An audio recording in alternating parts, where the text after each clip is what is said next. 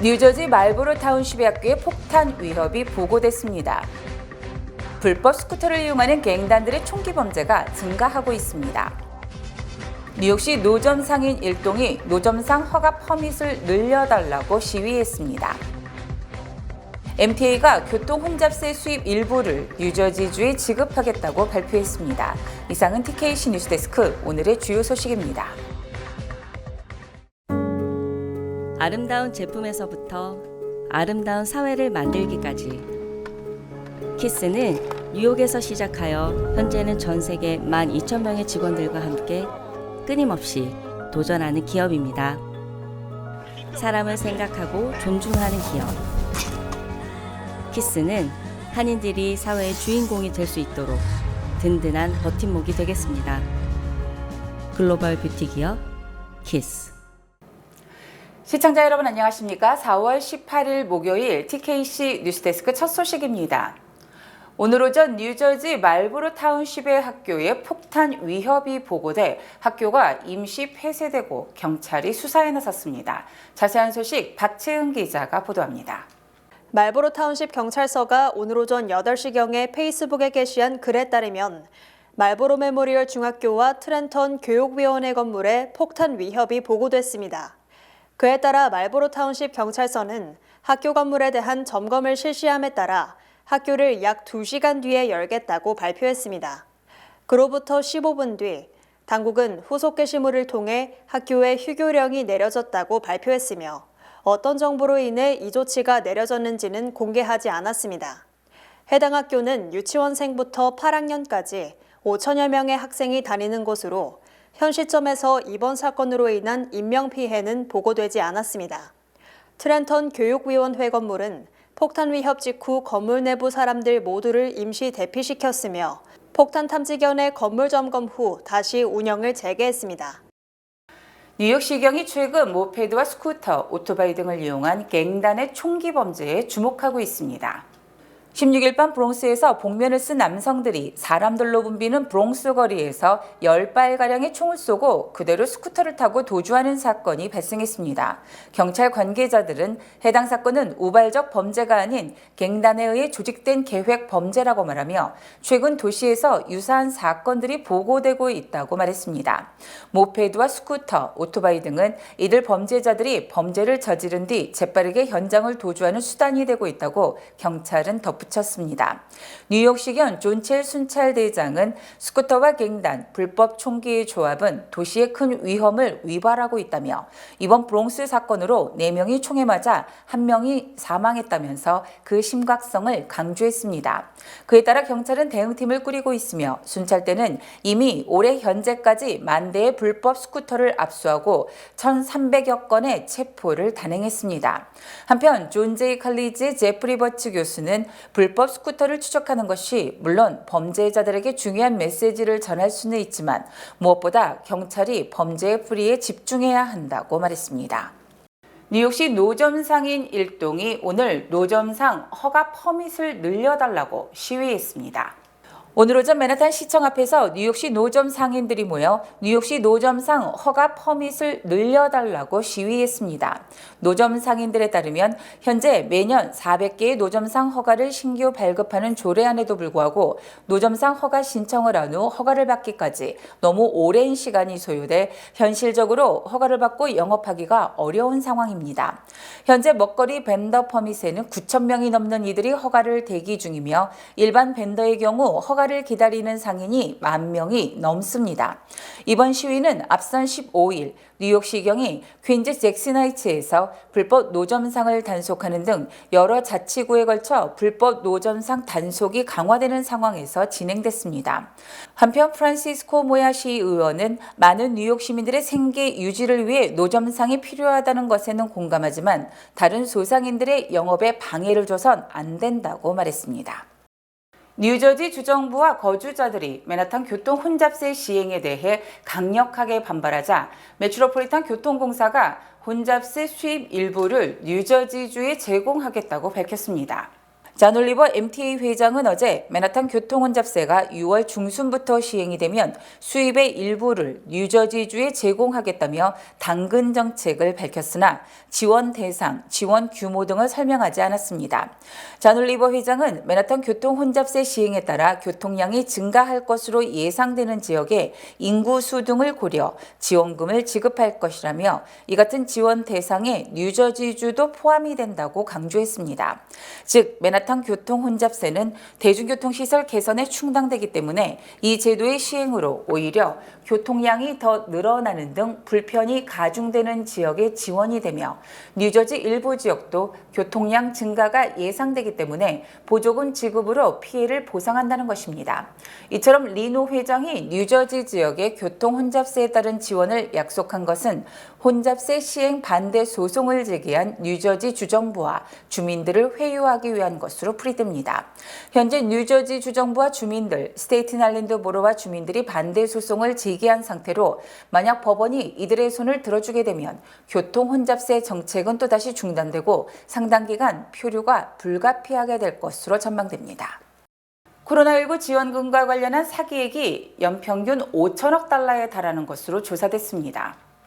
연방의회 산하 회계감사원은 2018 회계연도부터 2022 회계연도까지 5년간 연방정부가 입은 사기 피해 금액이 매년 2,300억 달러에서 최대 5,210억 달러에 달한다고 밝혔습니다. 회계감사원은 특히 2020년부터 2022년까지 PPP 경제피해 재난대출, 식당 재활기금, 개인에 대한 현금 지원, 실업수당 확대 등 각종 현금성 지원이 많았고 이 기간 동안 사기가 급증했다고 설명했습니다. 회계감사원은 이미 확정된 사기 피해 금액에 사기 혐의가 포착된 금액, 잠재적 사기 금액 등을 합치면 연방정부 예산의 최소 3%에서 최대 7%에 이를 것으로 추산했습니다. 한편 연방검찰은 현재 팬데믹 지원금 사기 사건 2,400건 이상을 적발, 3,500명을 기소했으며 이 중 2,000여 명이 유죄를 인정했거나 재판에 넘겨졌고 400여 건은 민사 합의를 통해 부당 이득을 반환했습니다. 하지만 이는 빙산의 일각이며 검찰의 미온적 대처로 연방정부를 대상으로 한 사기는 좀처럼 적발되지 않는다는 인식을 초래한다는 지적을 받고 있습니다. 지난해 한국 국적을 회복한 재외동포가 4,000명을 넘으며 사상 최대를 기록한 가운데 국적 회복자의 65%가 재미동포인 것으로 나타났습니다. 한국 법무부가 발표한 연도별 국적 취득자 통계에 따르면 지난해 한국 국적을 회복한 재외동포는 4,136명이며 이는 지난 2022년 3,043명보다 30% 늘어난 것입니다. 특히 이는 65세 이상의 복수 국적 취득을 허용한 2011년 이후 사상 최대 기록을 세운 것입니다.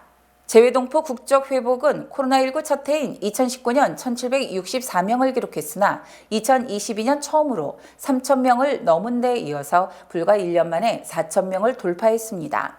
또 코로나19 직전인 2019년 2,443명과 비교하면 1.7배 급증한 것으로 한국의 경제 수준이 미국과 버금갈 정도로 급성장함에 따라서 역이민이 늘어나는 것으로 분석됩니다. 올해 1월과 2월 국적 회복자도 615명으로 지난해 같은 기간 490명보다 25% 늘어나는 등 올해도 국적 회복이 본물을 이룰 것으로 전망됩니다. 2022년 기준 국적 회복자의 출신 국가는 미국이 64.3%로 가장 많았으며 연령대는 60대가 54%를 비롯 60대 이상이 전체 85%를 차지했습니다. 한편 현재 미국을 방문 중인 김진표 국회의장은 동포 간담회에서 복수국적 허용 연령을 현재 65세에서 40세로 하향 조정하고 궁극적으로 전면 허용할 것으로 기대한다고 밝혔습니다. 바이든 대통령이 대기업과 부유층에 대한 증세를 대선 공약으로 내세우자 트럼프 전 대통령은 중산층에 대한 감세를 검토 중인 것으로 알려졌습니다. 로이터 통신은 트럼프 전 대통령은 경제 고문단에게 올해 대선에서 재집권하면 중산층을 위한 감세 정책을 펴겠다며 이에 대한 검토를 지시했다고 보도했습니다. 로이터 통신은 트럼프 전 대통령이 연방급여세 인하, 표준 공제액 인상, 한기 소득세율 인하 등 다양한 감세 방안을 검토 중이며 이는 중산층을 끌어안으려는 전략이라고 풀이했습니다. 특히 이 같은 중산층 감세안 마련에 보수 성향 경제학자인 스티븐 무어, 레리 커틀러 전 백악관 국제경제위원장 등이 참여한 것으로 알려졌습니다.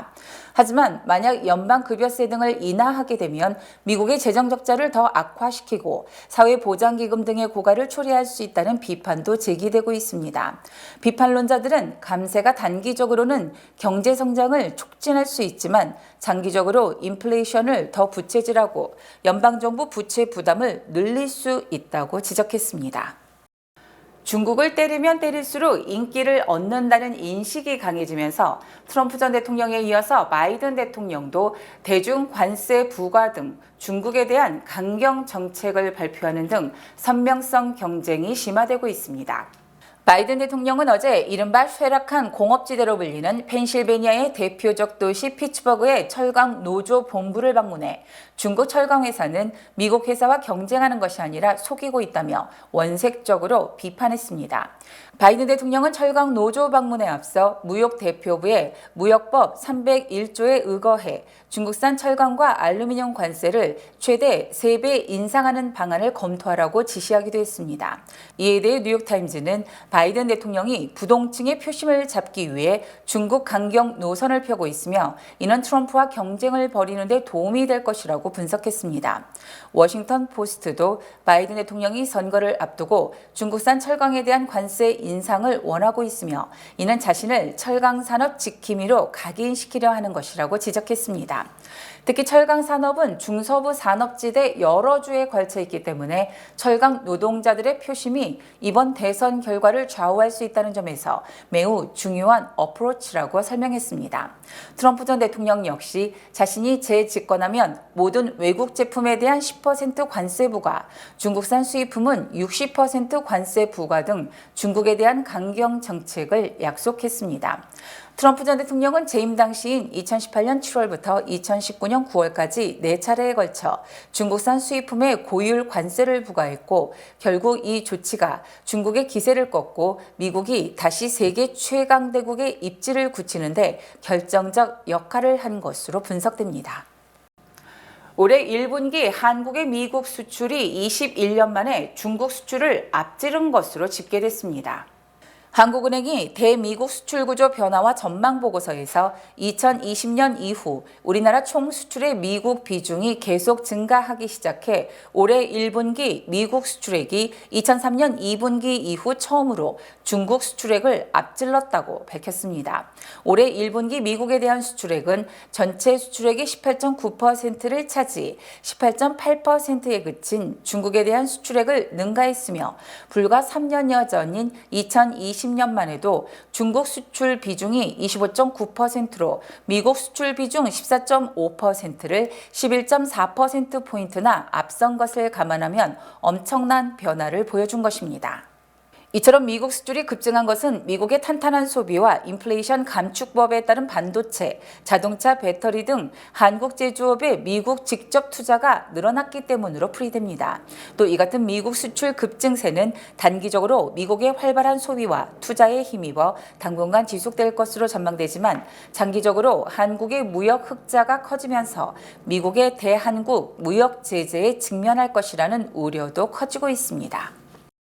주요 단신 전해드립니다.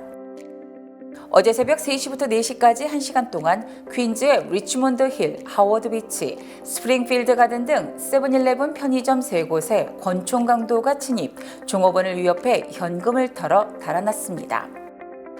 지난주 신규 실업수당 청구 건수가 21만 2천 건으로 전주와 동일했고 4주 이동 평균 청구 건수도 21만 4,500건으로 일주일 전과 변화가 없었습니다. 무역과 대만 문제 등을 둘러싸고 미중 갈등이 고조되고 있는 가운데 토니 블링컨 국무장관이 오는 23일부터 3박 4일간 중국을 방문해 중동 문제 등 현안을 논의합니다. 뉴욕시경이 최근 열흘간 불법 오토바이에 대한 집중 단속을 벌여 소음기 등을 제거하거나 무면허인 오토바이 1670대를 압수했습니다. 최근 샌디에고에서 한국의 통영에서 수입된 냉동물을 먹고 노로바이러스에 감염된 사례가 11건 보고돼 연방식품의약국이 폐기를 당부했습니다. 삼성전자의 64억 달러의 보조금 지원을 발표한 미국 정부가 미국 최대 메모리칩 제조업체인 마이크론에 60억 달러의 보조금을 지급할 것으로 알려졌습니다. 포드 자동차가 배터리 감지 시스템 오작동 문제로 2021년에서 2024년형 브롱코 스포츠와 2022년에서 2023년형 매버릭 등 차량 45만여 대를 리콜했습니다. 어제 뉴욕 맨하탄 플라자 호텔에서 발레리나 353명이 동시에 공연을 펼쳐 같은 장소 세계 최다 인원 공연 기록을 세웠습니다. 날씨 전해드립니다. 금요일인 내일은 대체로 흐리겠습니다. 내일 낮 최고 기온은 56도, 밤 최저 기온은 50도입니다. 해 뜨는 시각은 오전 6시 9분, 해 지는 시각은 오후 7시 40분입니다.